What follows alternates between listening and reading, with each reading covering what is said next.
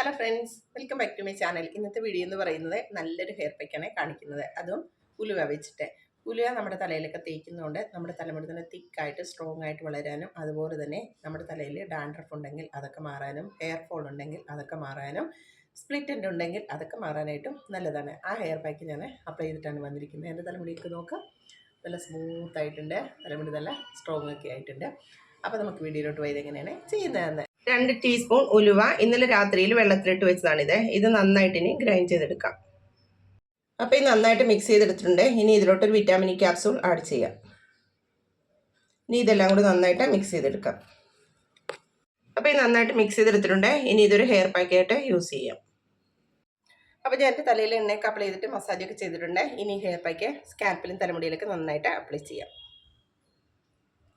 അപ്പോൾ ഞാൻ ഈ ഹെയർ പാക്ക് സ്കാൽപ്പിലും തലമുടിയിലൊക്കെ നന്നായിട്ട് അപ്ലൈ ചെയ്തിട്ടുണ്ട്. ഇനി ഒരു ഹാഫ് ആൻ അവർ കഴിഞ്ഞിട്ട് വാഷ് ചെയ്തിട്ട് കാണിക്കാം.